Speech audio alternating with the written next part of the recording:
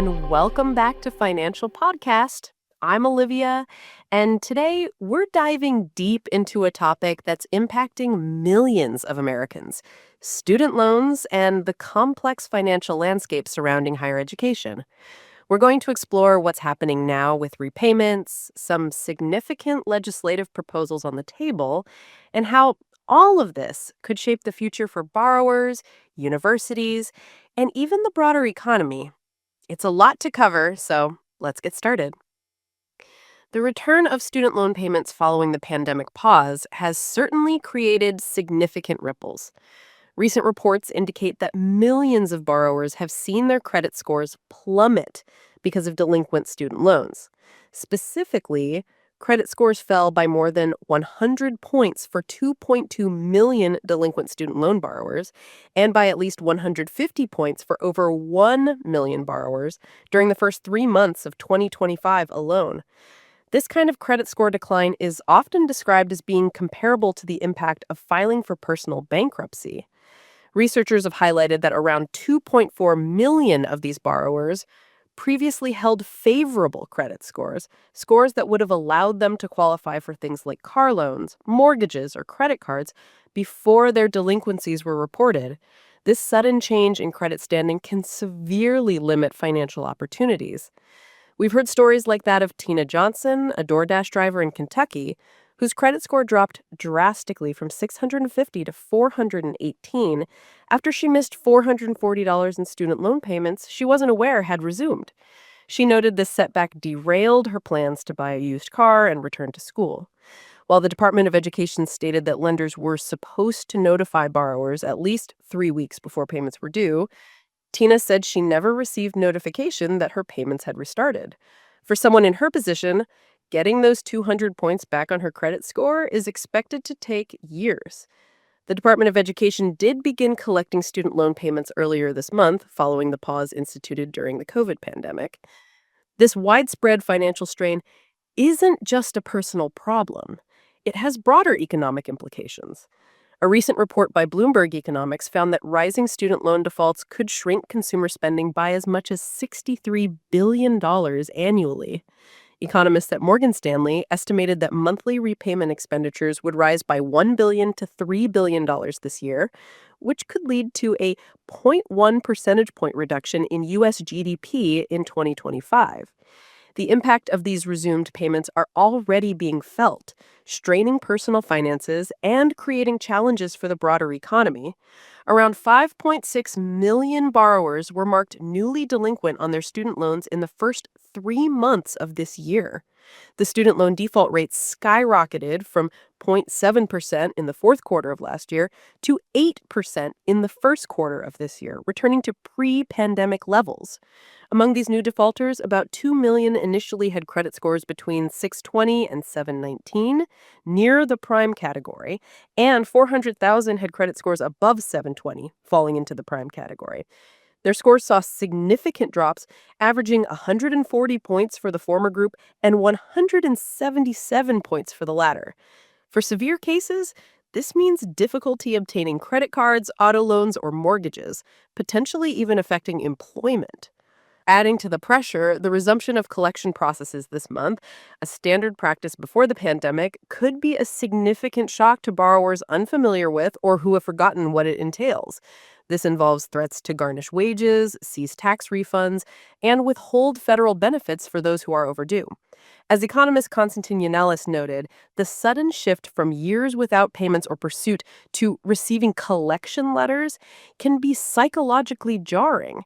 He also raised concerns that prior discussions about large-scale loan forgiveness might have led many, especially recent graduates who never experienced a repayment cycle, to not budget for payments, potentially causing default rates to rise further. The borrowers most at risk often include students who attended two-year or for-profit schools, or those who dropped out without getting a degree. These groups typically face a higher risk of default and are frequently in more precarious economic situations. Data shows states with high poverty rates, like Mississippi, also have the highest student loan default rates. Economist Leslie Turner highlighted that those most affected are often the least equipped to handle the burden, challenging the stereotype of only Ivy League graduates struggling. This suggests the current turmoil is not just about luxury education, but signals a credit challenge for vulnerable families. Adding another layer of complexity, the U.S. House of Representatives recently passed a significant reconciliation bill aiming to dramatically alter the federal student loan system through a narrow 215 to 214 vote. This legislation is now heading to the Senate, where its future remains uncertain.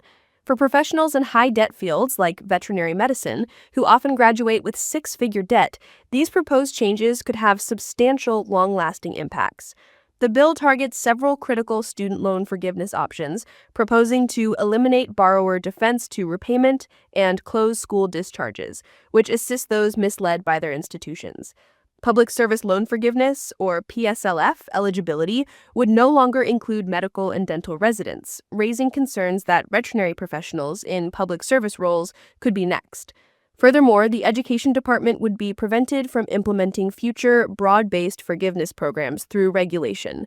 The tax relief on forgiven student debt would also expire, potentially making future forgiveness taxable income, except in cases of death or total and permanent disability. The bill also proposes a major overhaul of income-driven repayment plans. Existing widely used options like the ICR, PAE, and SAVE plans would be repealed. Borrowers currently enrolled in these plans would be shifted to a modified version of the Income-Based Repayment Plan, or IBR, which could result in higher monthly payments for some. A new plan, called the Repayment Assistance Plan, or RAP, would become the default for new borrowers. The RIP plan includes higher payments for low-income borrowers and pushes forgiveness eligibility out to 30 years. For Parent Plus borrowers, commonly used by families supporting students in fields like veterinary medicine, access to most income-driven options would be lost. Beyond repayment and forgiveness, the bill also takes aim at federal aid programs. The Graduate Plus and Parent Plus loan programs would be phased out or severely restricted, potentially forcing more students and families towards private loans, which often lack the income-driven repayment and forgiveness protections offered by federal loans. Pell Grant reforms included in the bill could restrict access for low-income students, potentially reducing diversity and accessibility in professional fields. Student borrower organizations have expressed alarm, arguing the bill would increase reliance on private lenders, reduce educational access, and leave borrowers, particularly those in high-debt fields, without affordable repayment options. While the House has passed this bill, its journey through the Senate is uncertain. However, Senate leaders have indicated openness to significant changes in student lending policies, including potentially repealing the SAFE plan and narrowing repayment options. For the veterinary community, with its high debt burden, these proposed changes could eliminate key financial safety nets, vital for making the profession viable, especially for those in public service, academia, or rural practice. Experts emphasize the need for professionals and students in these fields to stay informed and advocate for policies that support accessible and affordable education. Let's take a closer look at the proposed RAP plan itself, as detailed in the discussions around the House bill.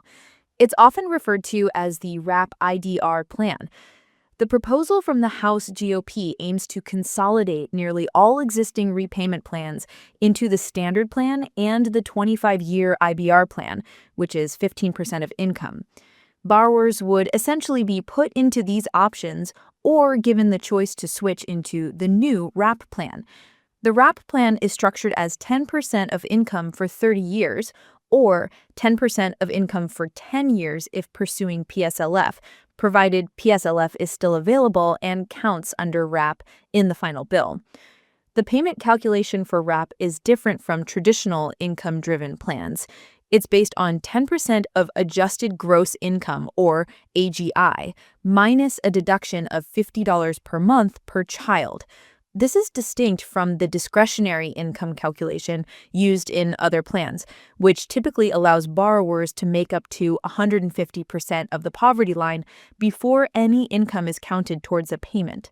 For borrowers earning a five-figure income, the RAP formula has a scaled percentage. The percentage of AGI paid actually increases by 1% for every $10,000 of additional income. For example, someone making $10,000 to $20,000 a year would pay 1% of AGI, while someone making $50,000 to $60,000 would pay 5% of AGI under RAP. There are concerns about this plan, including the lack of inflation adjustments, which means payments would trend toward the full 10% over time. The 30-year repayment term is a long time to keep borrowers in debt. One positive aspect mentioned is that it preserves married filing separately as an option. A significant and concerning feature of the RAP plan, according to the proposal, is that if you switch into it, you are trapped in the RAP plan. There is no provision for switching back to another plan later, and this restriction would apply immediately with no phase-in period. This is a departure from proposals like the Biden administration's, which included a phase-in period for eliminating plan switching options. It seems there's also anecdotal evidence suggesting the current administration is making it harder to enroll in existing plans like PAYE online, even before new rules are formalized. The political reality of this bill is complex. The Senate is considered more moderate than the House. The House has a strong incentive to pass something, as this reconciliation bill is seen as a major legislative goal for the Republican Congress.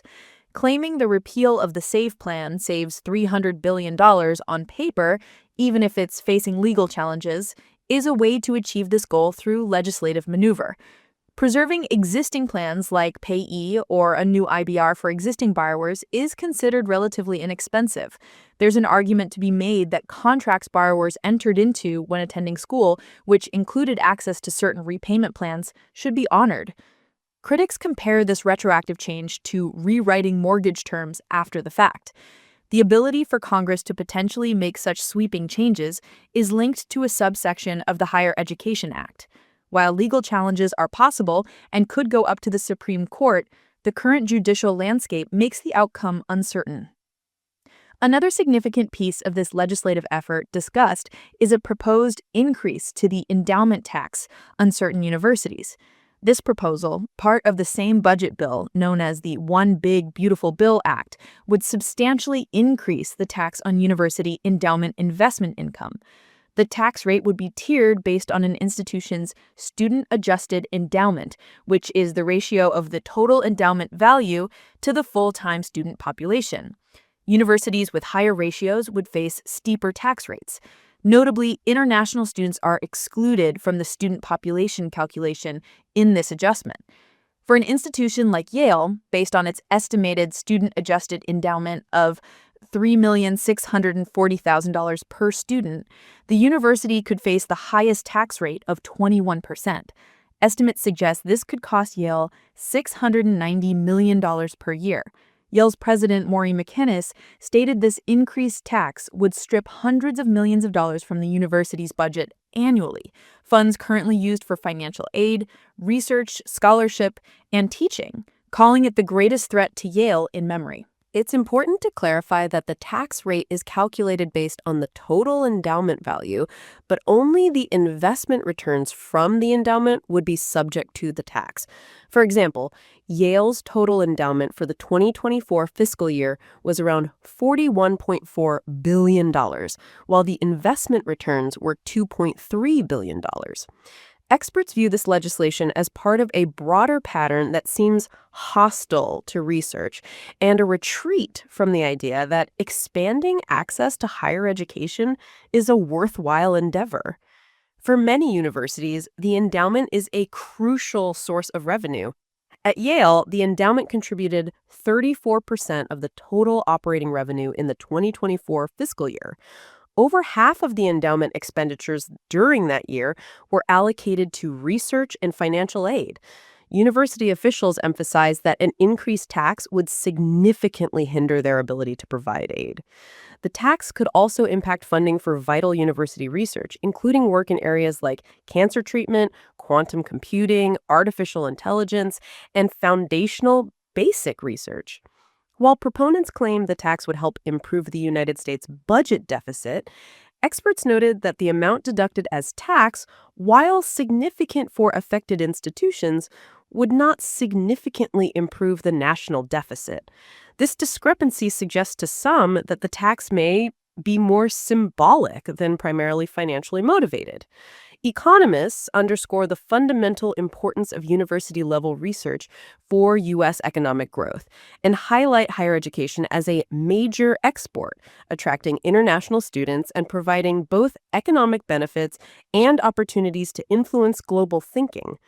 Limiting access to federal aid like Pell Grants, as proposed in the House bill, could reduce the number of students pursuing higher education, impacting future wage earners.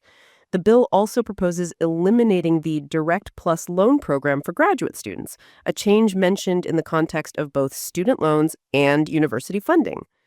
Opportunities for universities to formally oppose this proposal appear limited. University presidents have urged community members to contact their senators and advocate against the tax increase. However, experts believe challenging the legislation is primarily a political matter rather than a legal one that could be challenged in court. Concerns have also been raised that the sheer size of the proposed bill could mean the endowment tax clauses are not thoroughly reviewed during the Senate voting process. The 21% tax rate Yale could face is the same rate a corporation would face, despite universities being classified as charitable organizations exempt from federal income tax. Their status as tax-exempt organizations also limits their lobbying efforts and prohibits political campaigning. Universities like Yale are monitoring the situation closely and preparing for multiple scenarios. Discussions about potential investment strategies like selling private equity holdings have been noted, although the university stated such decisions were independent of the tax proposal discussions. The returns from such sales could be subject to the tax if enacted. University officials acknowledge that the potential magnitude of the proposed endowment tax is so significant that no adjustment to their investment strategy could compensate for its financial impact. In contrast to the challenges within the federal student loan system and potential legislative changes, some organizations are proposing alternative models. CU Student Choice, a credit union-owned organization, is working with credit unions to offer flexible education lines of credit. They argue that the conventional private student loan model is fundamentally broken because it often forces students to estimate the total cost of their education up front, which can be difficult given how financial situations and academic paths frequently change. This can lead to overborrowing or falling short when unexpected costs arise. Traditional loans with their rigid structures don't always reflect the real student experience and offer little room to adapt when classes shift, family budgets change, or unexpected costs pop up. The credit union line of credit model is designed to flex with today's education landscape, where uncertainty around federal programs and policies adds complexity. Student Choice's model allows students to apply once and access funds over multiple academic years, borrowing only what they need when they need it.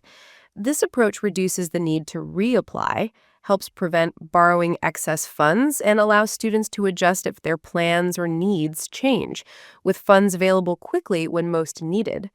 They emphasize that this paradigm shift allows borrowers to draw only what they need when they need it. When students take out more than they need just to avoid reapplying later, they often end up paying interest on funds they never actually use. The line of credit helps prevent this by giving flexibility to borrow only what is necessary when necessary. CU Student Choice positions this as a borrower-first approach rooted in trust, flexibility, and long-term value, contrasting with the perceived profit motive of traditional lenders. To help families find these options, they offer a CU Select Finder tool online, which allows users to compare personalized lines of credit from credit unions they might be eligible to join, based on their school, timing, and borrowing needs, without a credit check to compare or an obligation to apply. This tool aims to provide a clearer path to smart options, helping students make informed decisions and avoid feeling overwhelmed by the private loan market. As we connect these different threads, it's clear that the student loan landscape is undergoing significant shifts. Borrowers are grappling with the immediate financial strain and credit damage from resumed payments and collections. Simultaneously, legislative proposals could dismantle existing safety nets, restrict future access to federal aid, and fundamentally change how income-driven repayment and forgiveness work, potentially pushing more borrowers towards private options. The proposed tax on university endowments, while separate, could also indirectly impact students by potentially reducing funding available for financial aid and important research. In this environment, alternative models like the credit union line of credit aim to offer greater flexibility and a borrower-centric approach to financing education. This period is shaping up to be one of the most chaotic summers for student loans in recent memory. There's a strong incentive for the House to pass its bill by the September 30th budgetary deadline. However, the Senate's role as a more moderate body means the final outcome is still very much in question. The potential impacts from individual credit scores to the overall economy and the accessibility of certain professions and types of research are substantial. It's a complex puzzle with many pieces still moving. Staying informed and understanding the potential consequences of these proposed changes is crucial for anyone impacted by student loans or involved in higher education. If you're feeling confused about how potential changes could affect your specific situation, whether you're considering consolidation, planning for PSLF, managing Parent Plus loans, or just trying to figure out what your payment could be under different scenarios like the old IBR or the proposed RAP, getting a personalized plan is highly recommended. Thank you for tuning in to Financial Podcast. I hope this deep dive into the current student loan and higher education finance situation has been helpful.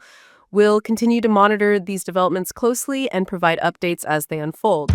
Until next time, I'm Olivia, wishing you financial wellness.